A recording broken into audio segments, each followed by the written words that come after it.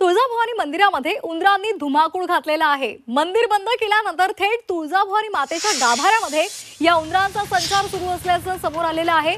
तुळजाभवानी मातेचे ऑनलाईन दर्शन या दरम्यान हा संपूर्ण प्रकार समोर आलाय। गुजरातमधील भावनगर इथे हितेश भाई जानी या भाविकांना या संदर्भात नाराजी सुद्धा व्यक्त केली आहे। उंदरांना तात्काळ त्यांचा बंदोबस्त करावा अशी मागणी सुद्धा त्यांनी केलेली आहे।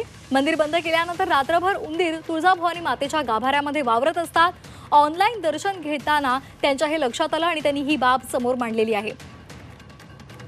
या संदर्भात अधिक माहिती देत आहेत आमचे प्रतिनिधी ज्ञानेश्वर पतंगे। ज्ञानेश्वर, ऑनलाईन दर्शन घेताना एका भाविकाला हा संपूर्ण प्रकार समोर आला होता आणि त्यानंतर त्यानं या संदर्भात माहिती दिलेली आहे। सध्या या मंदिर संस्थांकडून काय माहिती देण्यात आलेली आहे या संदर्भात?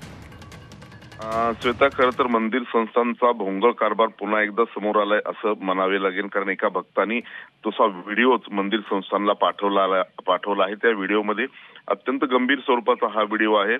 देवीच्या मूर्तीवर उंदीर खेळतात अशा पद्धतीचा तो व्हिडिओ आहे।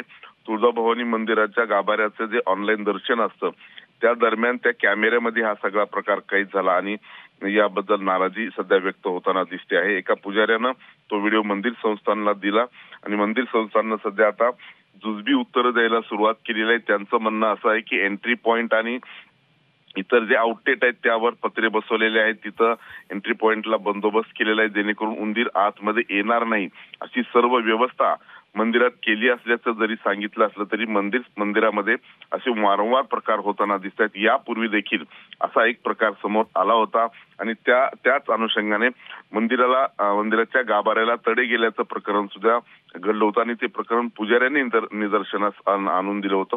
खरं तर मंदिरामध्ये ज्या काही घटना घडतात त्या मंदिर प्रशासनाला का लक्षात येत नाही हा खरा मूळ या निमित्तानं प्रश्न आहे। या भक्त किंवा इतर जणांकडून त्या मंदिर प्रशासनाला सांगितल्या जातात आणि त्यानंतर कुठंतरी मंदिराकडून जुजबी कारवाई केली जाते असं म्हणावं लागेल।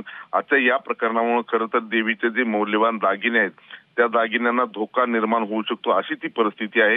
एवढं सगळं गंभीर प्रकरण असताना सुद्धा मंदिर संस्थांच्या ही बाब का लक्षात आली नाही हा प्रश्न या निमित्तानं उपस्थित होतोय। श्वेता, अगदी धन्यवाद ज्ञानेश्वर दिलेल्या सविस्तर माहितीसाठी।